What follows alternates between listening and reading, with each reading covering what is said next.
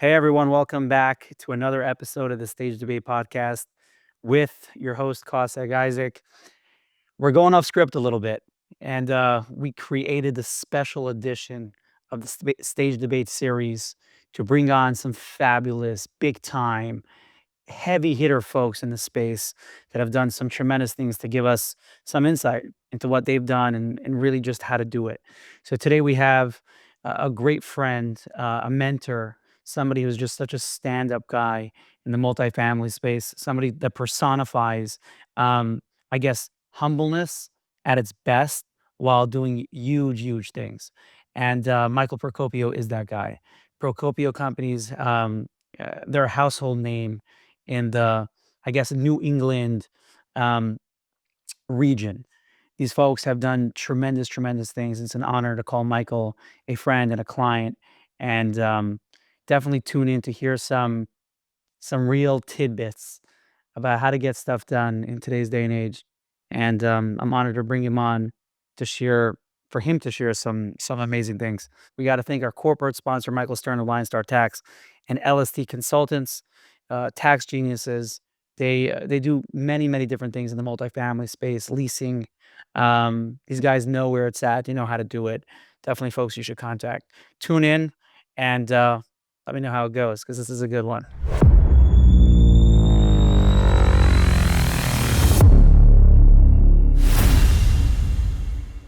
Hey everyone, welcome back to another episode of the Stage Debate Podcast with Isaac. We have a fabulous, dynamic name in the industry, in the multifamily industry on today.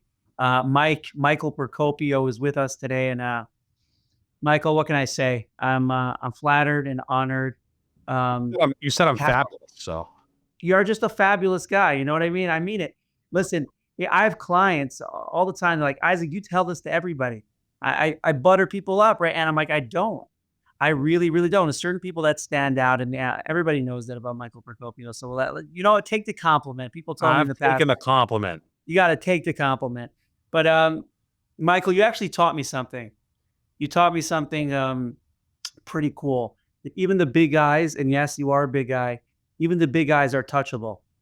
Sometimes people come into the industry and they're like, hey, maybe I'll pick up a little guy here, a little guy there. And obviously, huge element of God. I'm a big believer. I know you're a big believer as well. That makes things happen. But I do appreciate you. I appreciate your company, and we've done work together. And what I will say is that many folks know this, especially in the New England area. Procopio Companies has been around for, I think, 50 plus years, right? 76. Is that correct? You're 76. 76 years. 1949. I'm terrible. Look at me in the math. If I don't have Excel and an associate, I can't do math. No. Yeah, 1949. That's a long time. So, guys, tune into this one because this is going to be a great conversation. Just the backstory about Procopio Companies, what they're doing today on a daily basis. So, Mike, take it away. Introduce yourself. Introduce Procopio Companies. Give us the backstory. Give us the snippet backstory going on over here. Behind the curtain. Behind the curtain. Exactly. The curtain. Yeah, well, first of all, thank you for having me. This has been a long time coming. We rescheduled, and that's on me.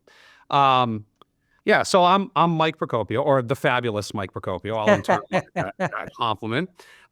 So I am. I run a fourth generation real estate development construction real estate firm based in Boston. My grandfather started the firm in 1949. For the longest time, we told everybody it was 1950 because that's what the family history all said. Everybody said 1950 until I was rummaging around and found payroll records from 1949. So I said, well, obviously he was paying people in 1949. He was doing something. Maybe it was earlier. I don't know. He was a kid. But we were for a long time, for probably the first 65 years, in the large-scale single-family home business, very localized to Boston's North Shore. We did a lot of work. We had a lot of repeat customers. We were building homes, obviously since the 40s and 50s. But really, as I was growing up, right in the 80s and the 90s, it was all single-family stuff. We had built some multifamily in the 60s and 70s that we still had in a portfolio in Boston. And then you kind of come into the 2000s. I came into the business in 2001. I came in on the sales side primarily. We had a big brokerage operation. We were selling the stuff we were building. We were selling third party. I came into the business in 2001. My brothers and I bought the business in 2016. And really that's when we made the shift kind of into the away from the for sale single family model and really started to scale into the kind of institutional multifamily residential model. So today, we've done about $1 billion worth of development on the multifamily platform. We have at any given point in time, 8 to 10 projects under construction. We're entirely ground up. We're not an acquisitions shop. We're not a value add shop. Those are buckets that we've looked at and we might, I'm sure, look at again, but we are pure play, ground up development guys. It's vertically integrated. We perform the construction on most of our deals. We do the development work, we do the asset management work, and we do the property management work. So it's a fully integrated model. And in terms of footprint, although for the vast majority of our history, we were very hyper local focused, like really submarket focused in Boston. Right now, we're doing deals all throughout New England. We have a footprint in the Carolinas, footprint in Central Florida, footprint in Dallas, and other areas we're looking at, but those are kind of the key markets where we're playing. Very, very cool. I did not know about the Dallas thing. I did know that you were involved in some deals in Florida. I had spoken to some of your partners there, but very cool. Very, very cool. Wow. So fill me in a little bit, fill the crowd in a little bit. This started as a family business, and obviously, as you guys grew, you bring in more pieces to the puzzle. Understood. But at what point did you guys, let's call it waterfall, break out? Meaning to say, when did it turn from like a small family business to start expanding to the big, really to the big leagues? At what point?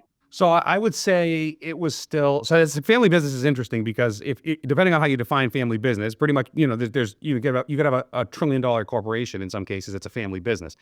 I would say we started as a small family business. And for 70 years, we were a small family business. So when my brothers and I bought the business in 2016, there was 7 employees, including us. We're somewhere, I don't know, it's always a moving target with everything we got going on. We're somewhere between 50 and 60 today. So that's over a decade. That's a 10-year period. But where that really shifted, and I would say when we cracked above like 10 or 12 employees was really only like 5 years ago. So Wow. there's some long-term folks that have with me a long time. And then the vast majority of everyone else is relatively short tenured because we hadn't started to really grow. It really was sort of a hockey stick sort of growth when we took off. And I would credit that with honestly, as we broke into the institutional multifamily market, we were really lucky with some of the partners we got on the institutional side. Our first, we had done all this work on our own balance sheet up until 2018. We had no investors ever. My grandfather had a no investors rule. If he couldn't do it on his own, he wasn't going to do it.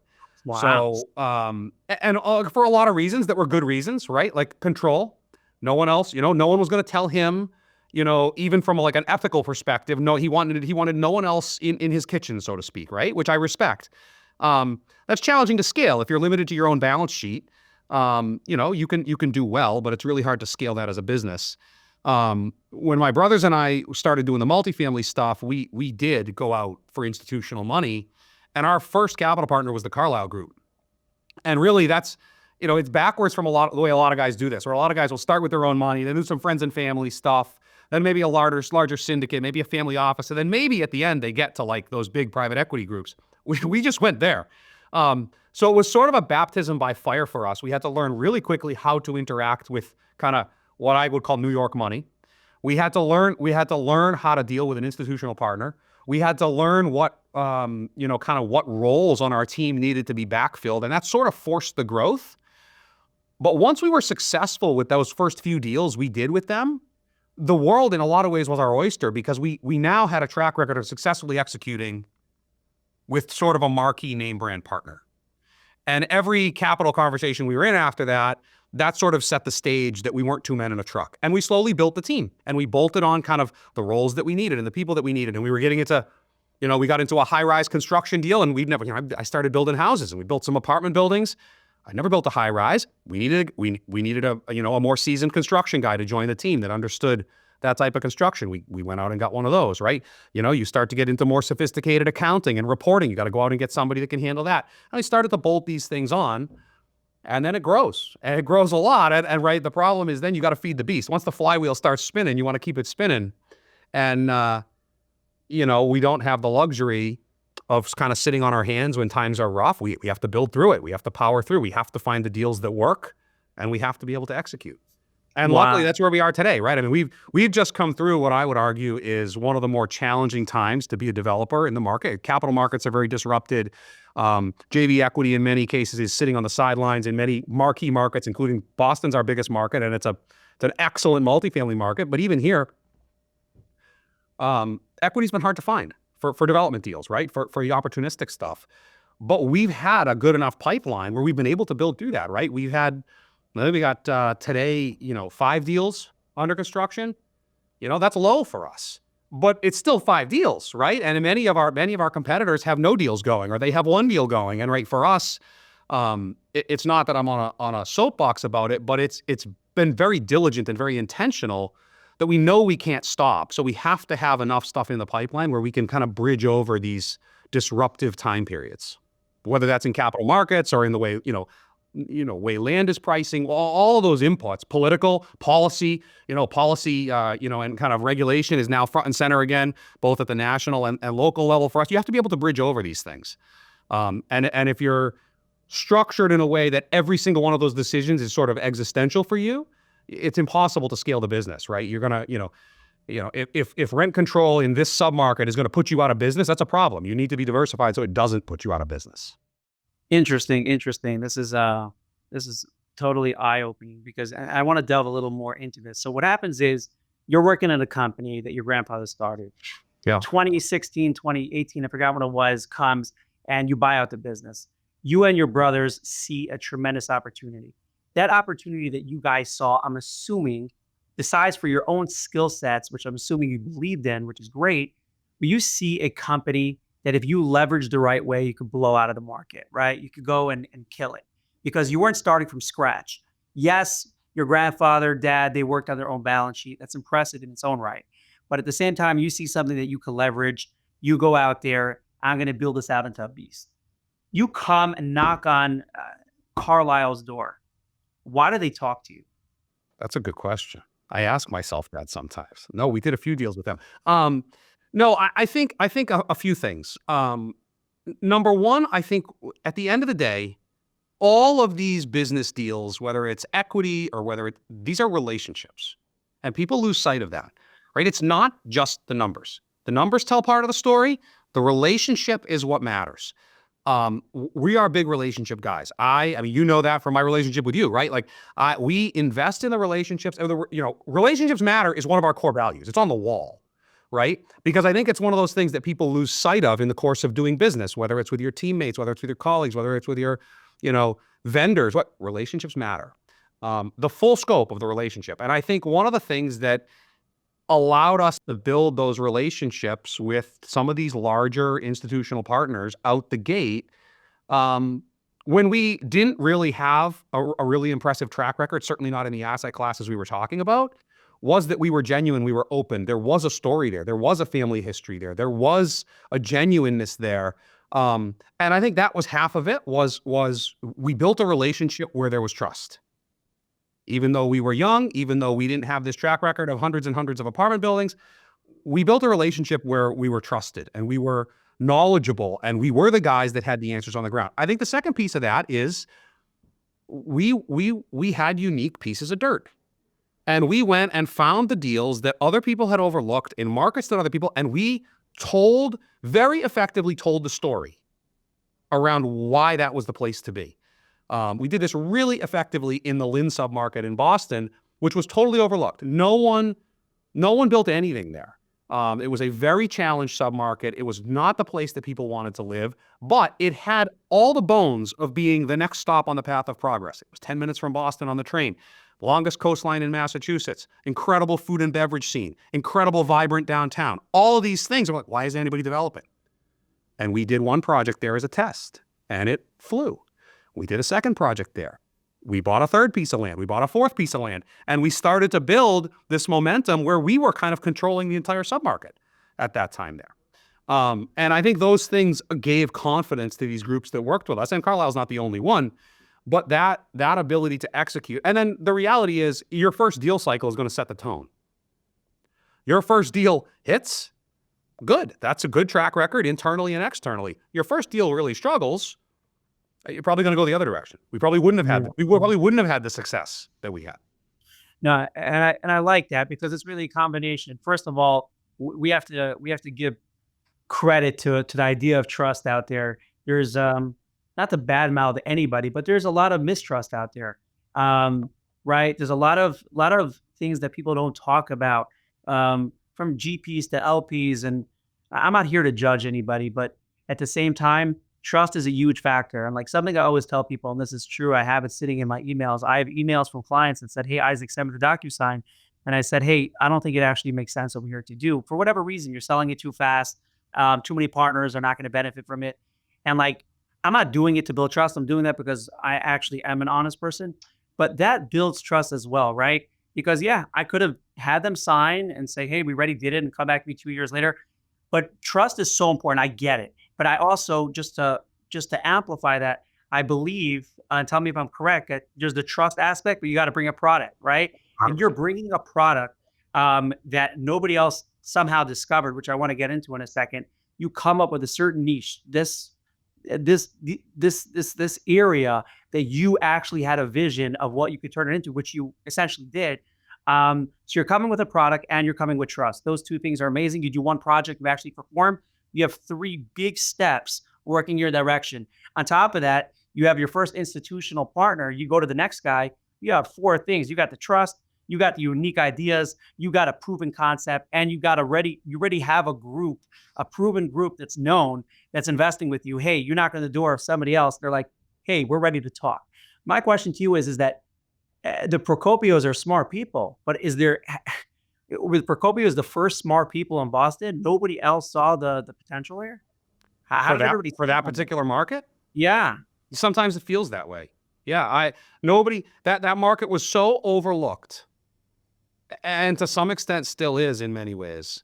Yeah, I tell you, like local baggage is far more impactful than people give it credit for. So the moniker for Lynn when I was a kid growing up was Lynn, Lynn, the city of sin. You never go out the way you went in. It's a very negative connotation, right? When I was a kid, I grew up in the town next door to Lynn. I grew up in Saugus. Who grew up in the 80s. My mother had very few rules for us when we left the house on a Saturday. It was like, be home by the time the streetlights come on. I tell people, I could have been kidnapped in 8 states away and no one would have ever noticed until the streetlights came on and we didn't show up. But one of her rules was don't go to Lynn. Because rightly or wrongly, her concept was, I'm going to be exposed to drugs. I'm going to be jumped into a gang, whatever, those probably nonsensical assumptions. But that was the imagery that this community had. And it wasn't accurate. I mean, maybe it was accurate in the 80s. It wasn't accurate today. I can tell you that. We did a lot of business there, and it's a great community, and it's full of great people, and we did some very successful projects there that enhanced that community. But that knowledge, a great example, we went out for debt on that deal, the first deal we did there. And we said to ourselves, let's see how many term sheets we get from local lenders versus how many we get from non-local lenders. We didn't get a single term sheet from a local lender. Wow, because they knew the market too well. And they're like, "Hey, They we knew don't the believe market. in this." Wow. They knew the market. And they were wrong. They thought they knew the market. They had a bunch of institutional parochial knowledge about what it was at a certain point in time. And when it went to someone in New York, they didn't know the city and they didn't know the submarket. And they looked at a map and they said, "Yeah, this looks pretty good. It's one stop on the train from North Station in Boston. It's one stop to this place. And it's 10 to 12 minutes. And it has beaches and it has this food and bev scene. Like, we should go look at this." And they did. And then when we would get people there, we'd be able to tour and be able to walk. We'd be able to eat in the fancy restaurants and show them, guys, there's nothing wrong with this. This works. And we sold that thesis. And that's not a unique thing to us or to Lynn, honestly. Lynn was just the one we did. This happened years ago in Somerville. When I was a kid, Somerville was called Slummerville. Now it's a thriving, vibrant, extremely affluent submarket. Cambridge. When I was a kid, parts of Cambridge were straight up gangland. Like, you didn't live there, you didn't want to go there. And Cambridge is like a massive, super affluent, super expensive market right now for resi and lab and biotech and everything else. But it wasn't always the case. These markets change, right? And the path of progress continues outside of high-performing cities. And we simply looked at it and said, hey, where's the next stop on that train? It came out, moving north out of the city of Boston. You had the development going on, and you have Cambridge, you've got Somerville, you've got Medford, you've got Everett, you've got Malden, you've got Revere. This is all development changing, and you've got Lynn, and that's continued to progress up. And I think that's simply being prudent as a developer. You don't make your money in this business by going where everyone else is. Right? Wayne Gretzky had the great line: "You don't skate to where the puck is. You skate to where the puck's going to be." Right? And if you skate to where the puck is, you're going to get singles because the land is already max valued. The rents are already really high. You don't have that ability to grow anything. So you got to get out and say, look, what's the next stop? Where's the path of progress going to be? And we do that in other markets too, right? We're doing that in Dallas. We're doing that in Raleigh, saying, listen, yeah, we understand how to develop in the core, but where's the internal migration happening? Where are people moving to? Where are the jobs moving to? Where's the little village centers moving to? Where do people want to be? Let's go build there or ahead of there. Wow. So essentially you bought that land for pennies on the dollar because nobody wanted it, I'm assuming. Yeah, it was a parking lot. You really just highlighted the difference between a developer and somebody who's just buying existing assets. Again, not to I give a lot of credit to some big firms out there that have a great value add strategy, and they buy great properties in tertiary markets and they value add it. But at the same time, that developer has to have that keen underlying understanding and vision, and really like that feel of what's going to be, right? That you have to really think a few steps ahead. Of course, it comes to multifamily as well. You have to be able, it's no different than us. You have to be able to cast a vision, right? Where there's no vision, the people perish, right? You have to be able to cast a vision. You have to be able to cast a vision for a specific site, for a community, for a submarket, for a development. You've got to be able to pitch that. And if you can't, you're not thinking big enough, right? It applies to any area of life. And that's the reality. When we go in and find these development sites, we've done it on a number of projects where people kind of had a very small, constrained vision of what it should be. And we kind of came in and said, yeah, throw that out. It should be this. Imagine this here. And a lot of times that first response is, that'll never happen. That's impossible. Nobody's going to fund that. Well, maybe.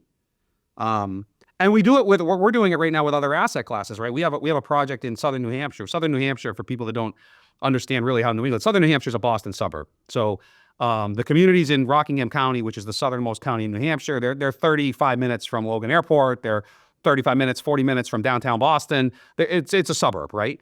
Even though it's in New Hampshire, which is a lot of tax advantages and stuff like that in New Hampshire. So we're doing a lot up there. We have a deal up there that is just over 300 units, and it will be the first build-to-rent, single-family, institutional-size deal in the Northeast. They haven't been done here.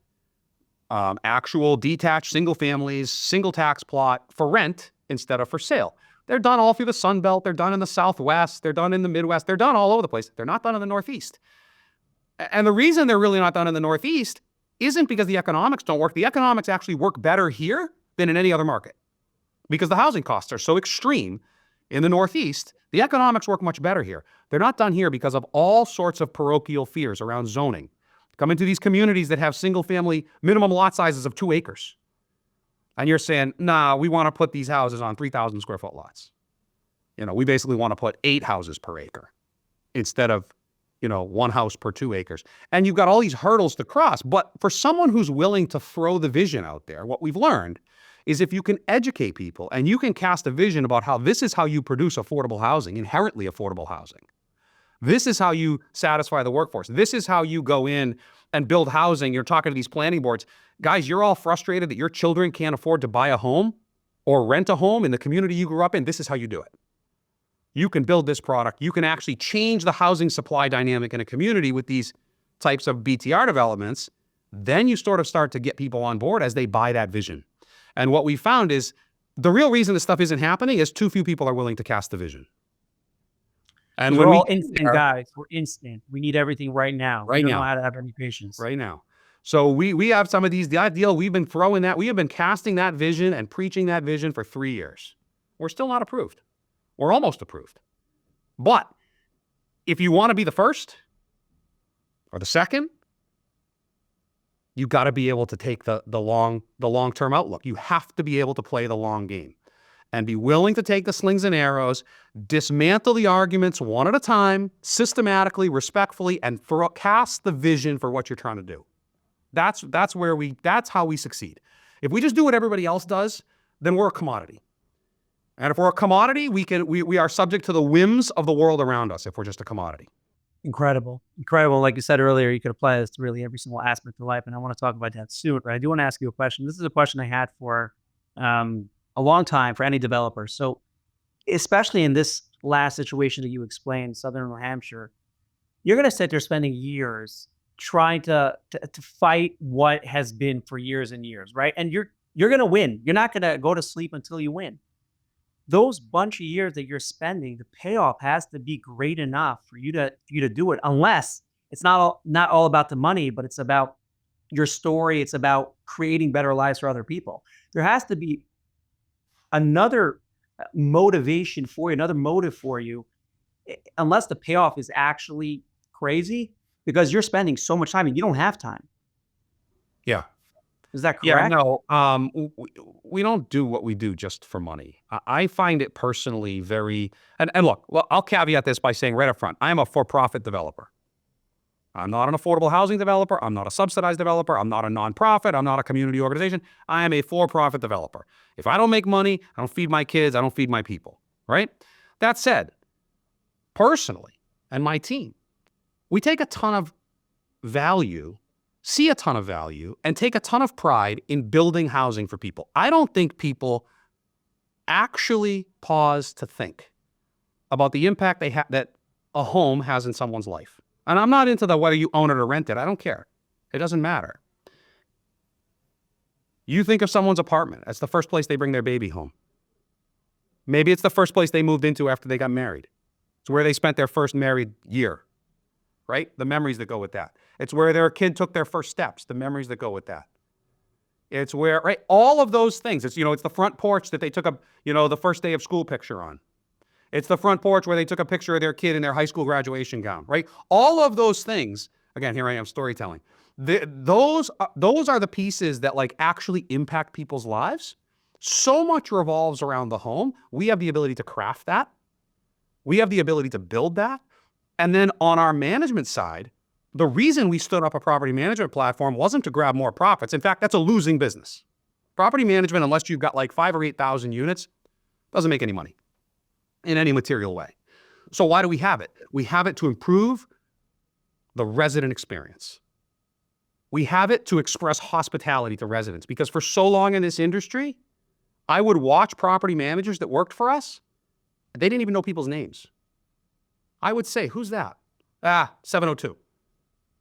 Well, I highly doubt his mother named him 702. He has a name. What's his dog's name? Oh, I don't know. He has 2 dogs. You don't know either of their names? Oh, okay. Right? That's not a great experience. We look at property management like we look at hospitality, right? Anyone who's ever stayed in a really nice hotel, and I don't mean like a mid-grade, a really nice hotel, especially a really nice like 5-star boutique hotel, they understand hospitality. Someone always opens the door for you. You could be a guest there and you checked in 2 hours before and somehow they remember your name. Good morning, Mr. Procopio. How can I help you? It's like, you've known me for 5 minutes. You remember my name? And the property manager in the building I live in and I've lived for 4 years doesn't know my name? That's unacceptable, right? They learn your preferences. They learn what time you want your turn down service. They'll come out from around the desk to press the elevator button for you, right? These simple acts of service, right? And we look at multifamily. We say, listen, we're leasing apartments to people in these high cost of living areas that say $5,000 a month. An 18-month lease at $5,000 a month is a Land Rover. So your experience leasing that apartment had better feel at least as good as buying a Land Rover when you walk in, right? I use the example all the time. You can go buy a $1,000 handbag for your wife. I want to buy a $1,000 handbag. You go into that boutique, the person puts on gloves, they unfold it on a pad in front of you, they treat it with such respect. It's like ridiculous because it's just a handbag. Like it's going to get thrown in the back seat of the car. But it's the experience. And that experience is now in your mind saying, yeah, I feel good spending $1,000 on this. Or I feel good spending $2,000 on this because of the experience you're getting. It's totally lost in multifamily. We've totally commoditized it. We've centralized too much. We focus too much on the bottom line. And the reality is if you focus on these things, what we've discovered, you build the right product, you then operate it in a way that actually speaks to people's human connections and what they need as human beings. Yes, on paper, it's going to cost you more to operate it. In the end, you're going to do far better. You're going to increase retention. You're going to reduce turnover. People are going to pay higher rents. They're going to not complain about certain things. They're going to, love the people they live with. They're going to love the people that run the building. All of these things are kind of soft pieces around the outside of operating a building. They have a huge impact on the bottom line. And Wow. for us, like when we started that property, we took over, the first assets we took over was like 6 assets that we owned. We took them back from the third parties. In 3 months, by doing that, 3 months of focus on this, 10% NOI improvement. So now put that in the context of actual value. What were those 6 assets worth? Let's just say those 6 assets were worth $100 million. That's $10 million in value created. And did it cost us more on the P&L? Maybe a little bit. Yeah, it costs an extra $100,000 a year on an asset to have a resident services coordinator or a hospitality coordinator, like a concierge whose job is to just cater to the whims of the people. But would you trade $100,000 for $10 million in value? Of course you would. And it is just a concept that is lost in the commoditized property management business. And everyone says they do it until you walk into the building and understand that they don't. Wow. Wow. See, you're going to regret letting me riff on this stuff. No, I love this because, and even for me, it's something I could learn from. I deal with clients all day. And I always pitch the fact that I'm relationship based, and I am. And I give it much more than the average guy. But at the same time, like there's more I can do. And obviously everybody's just working hard. They want to make some money. But like if you could do the same thing that you're doing and you put a little extra effort. I used to be, I'll just tell you about myself. When I was walking in the hallway for the past couple of years here, I just did my thing, got to my office, called people, try to close deals. Like something hit me recently. I'm like, you know what? Slow down. Say hi to the person walking next to you in the hallway. These random things. And like I started doing it and obviously makes them feel good, but it makes me feel good. Like, hey, like these types of things, and like forget about the fact that you're going to make $10 million. That's just like, that's, a cherry on top. That's it's great. a byproduct. Even if you wouldn't make that $10 million, like you find meaning in what you're doing. It's not just Right. like go and go and go. I remember when I sat with you in Boston and we sat and we talked for like an hour, I was amazed. You don't find in 2025, you don't find as many people as you. And yes, you could take the compliment, people that actually run a really successful company, that don't just BS their way through like just the talk to talk to talk. They actually mean it. And that's actually what I want to come to because we are nearing towards the end. Mike, you had 300,000 followers on Instagram. You had 30,000 followers on LinkedIn. That's where I met you. You got hundreds of likes per post, sometimes thousands. You were a guy, and nobody's ever suffered from more visibility, right? I don't know, just another Procopio project. And you just literally just cut the cord. I did. Where did that come from? Obviously, it comes from your passion, maybe family, work life. Maybe it's just, this is just total BS what's going on LinkedIn. Maybe it's just, I don't know, fill us in.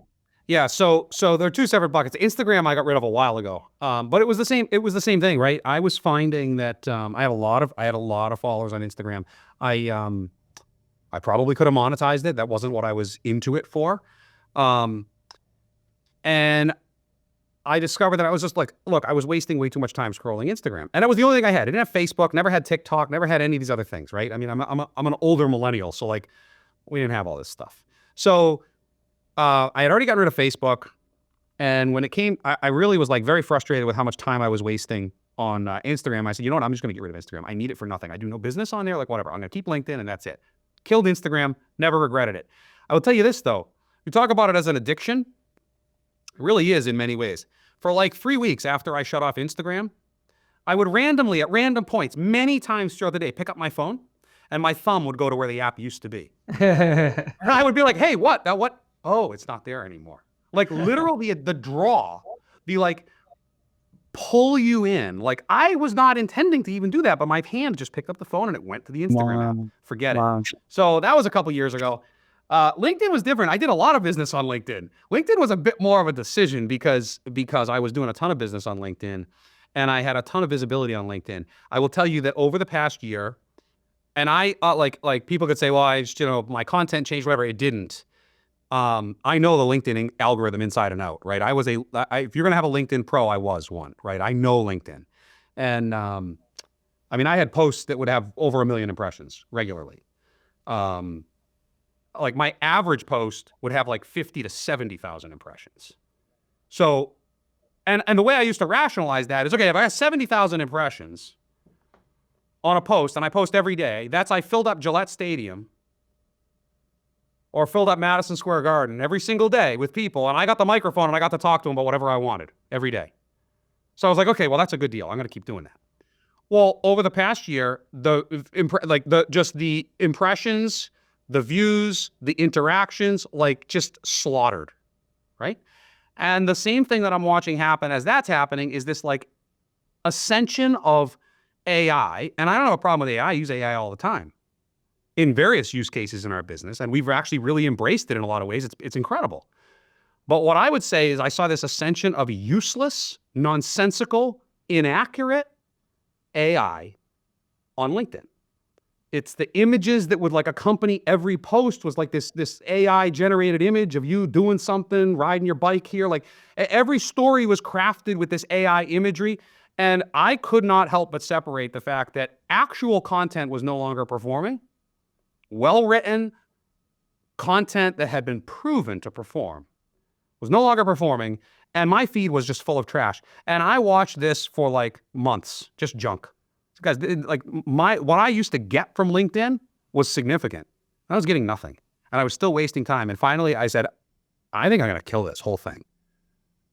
And then I did. And it's gone. I still can't believe. So the number of people that I made that threat, right? And a bunch of people were like, stop making the threat, just do it. And I was like, well, wait and see. FAFO. And, so then when I did it, like the number of people, I still get texts. I mean, it's been gone for whatever. I mean, I killed it like around the first of the year somewhere, maybe even a little bit before. It might've been in December. I still get texts every day. Hey, what happened to you on LinkedIn? You're not on LinkedIn. Well, I looked you up on LinkedIn. And they're like, yeah, no, I'm gone. Like you can't even find me. It's awesome. It's crazy. It's awesome. That takes a lot because let's just be real. When I make a post and it's a semi-viral post, it feels good and it should feel good, right? And not that obviously you feel comfortable enough with yourself. I don't need that.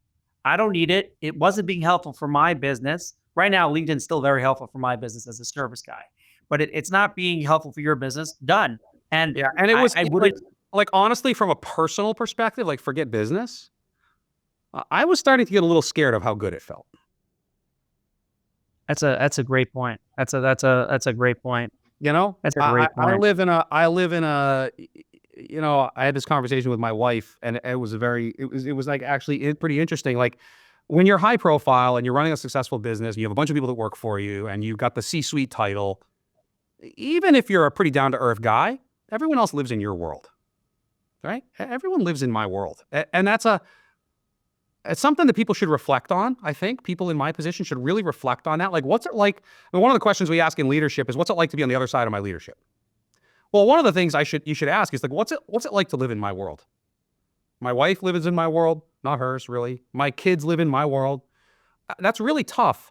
And I think the fewer things you can have in your life that stroke that ego, the better. And one of those things is LinkedIn, for sure. And social media in general, if you're successful with social media, it strokes the ego. And you fire the post off and you get a dopamine hit and it feels really good and the comments start to come in and you're starting to see it climb and you're climbing. You're like, wow, in my case, it's like, oh, 500,000, 700,000, it cracked 1 million impressions. That's like semi-going viral. That feels good. I'm awesome.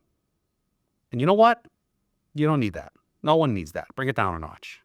100%. You come home and your wife asks you to take out the garbage. You're like, you know what my name is? You know who I am? I just got a million views on LinkedIn. No, it's so true. And again, in a world of social media, so that's a huge step. And I just want to tell the crowd, and Mike's not going to compliment himself, but I'll compliment him. We invited Mike, our company invited Mike to speak on a panel by our company conference. There's a lot of big people that come. And I know many, many people. I know hundreds of people that would pay thousands, tens of thousands of dollars to be on such a panel. And we invited Mike. You already had a vacation planned. And I know another couple hundred people that would cancel their vacation with their family because I got to go because it's good for my business and it's a once in a something opportunity. You're like, and I remember when I talked to you months before in Boston, family's family and nothing comes in the way. Obviously, work's important and we'll try to schedule certain things. And that's something that I dig. That's something that like I respect tremendously. And I think for the last segment of the podcast, maybe for the last couple of minutes, we'll talk about that. In a world of we're all chasing the dollar. That's just the way it is. We're chasing the dollar. We're chasing richness. We're chasing fame. That's just what, at least the way the world seems. You have a successful company. You can go out there and spend more hours per day, more hours per week, doing more, leveraging more, creating something even bigger than you already are. But at the same time, you have that huge family aspect. How do you keep that in place? Because it's so hard to lose focus. Yeah, I'll be candid. I would say I have not always. And though I have even very recently, I have prioritized, I think last year is a good example. I spent far too much time on the road. Far too much time away from my wife and kids. Far too much time, frankly, being absent both from home and my office where I need to be with my team. And all for quote unquote good reasons. It's a capital partner relationship, right? If we don't have the capital, we can't do the business. I can't make pay. You can talk yourself into anything, especially when you're a salesperson. And I could talk myself into anything, right? But the reality is I also know my own bullshit. And there comes a time when you have to take stock and really understand what the priorities really are. And I can tell you this, the business is not the most important thing in my life, right? I had a mentor who uses the phrase, you got a lot of balls in the air, but one of them's made of glass. Don't let it drop. Wow. Right? The other balls can drop. You got a bunch of rubber balls and one glass ball. The rubber balls can drop. You pick them up, the ball's fine. The glass ball shatters. And, I think it's been very reflective of me after the past couple of years we've had of growth, which has been good for the business. Tangentially, it's been good for my family. We've done better than we ever have, right? Great. All great. But that's not the most important thing. And I think like for this year, I get to tell you one of my goals. One of my goals is to not travel nearly as much. It's not to be on the road as much. You know what? Make some partners come to us, right? Or we'll just not take the meeting. Or you know what? I used to always insist, like I used to do in-person meetings with capital because frankly, as a sales guy, I always want to sell in person. I want to close in person, right? I want to close you for that capital over a ribeye, not over Zoom. So if in person is 90% effective, my view was Zoom's 40% effective. Well, you know what? We're gonna have to do a lot more 40% effective meetings. And it's just, you got to put priorities in different buckets. And what I also learned is that my lead, my guys were following my lead. And if I was spending 80 nights or 90 nights on the road, they felt they had to, right? And it was trickling down, and it's not the most important thing. And I think we go through cycles in our life where we understand where priorities really should be. And I'm not saying you don't have to grind at times in your business. You do have to grind in your business. But you don't always have to grind in your business. And if you've been grinding for 4 or 5 years, you can't just call it a season. Oh, it's just a season. No, it's not. It's an addiction. At that point, the grind is an addiction. And so to me, I think there's a lot to be said for taking stock, especially for guys that are and girls that are in the position I'm in. Take stock of what the priorities really are, what really matters, because it ain't the business. I felt up until 2025, I was going to a crazy amount of shows. I'm young, and again, you got to hustle more when you're earlier on in the business. I get it. I was going to a crazy amount of shows. It was too much, and I still go to shows, but I toned it down. And I tell myself maybe I'm going to make some less money, maybe not, but it doesn't matter. I got it. My kids do not like when it go away. I don't want to be on a flight once every 10 days. And yeah, go to a little less shows. It's okay. Business is coming in. We work hard. But and even if not, again, even if I'm going to make less money, priorities. I love like the parable, whatever you gave of the glass ball. To me, that glass ball is that family, right? That shatters. Work. We'll figure it out. But incredible. So, Mike, to end off the show, take a minute or two. Somebody starting a business, real estate business, even if it's not a real estate business, what's your piece of advice? What does it boil down to? And I know you talked earlier about trust. We can talk about that again, but how would you just wrap it together? Yeah, I think it's valid. It's valid for people in business. It's valid for people starting businesses. It's valid for people that don't have a business, right? I think one of the most underutilized and underappreciated things is mentorship. Mentorship in my life has moved the needle in profound ways. I've been privileged to have mentors that are, in a couple of cases, household marquee names. I have been privileged to have mentors in business that have sold, 200 million books, right? Like real mentors. That doesn't have to always be the case, but I would give this piece of advice to people. You always want to have 3 buckets of people in your inner circle to make you better. All of it will make you better. One of them is a mentor that's beyond you in your career. He's the guy you want to be. One of them is a peer. You're going through the trenches together. And one of them is someone behind you who you can mentor. You'll get value out of that as well, right? I think the quicker someone starting in this business can understand the power of someone that's already done it, learn from the wisdom of someone who's already made the mistakes, learn from the wisdom of someone who's already been there.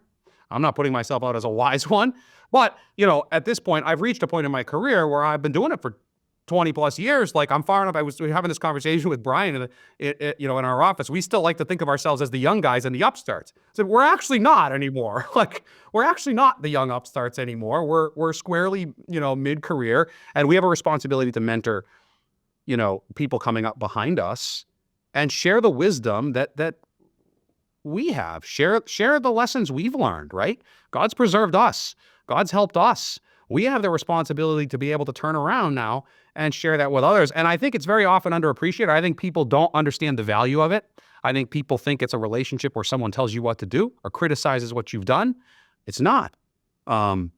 It's about wisdom. It's about growth. It's about accountability. All those things really matter. And it's had a massive impact in my life. And I would advise anybody, really in any area of life. It is not related to real estate. If you don't have a mentor, you need a mentor.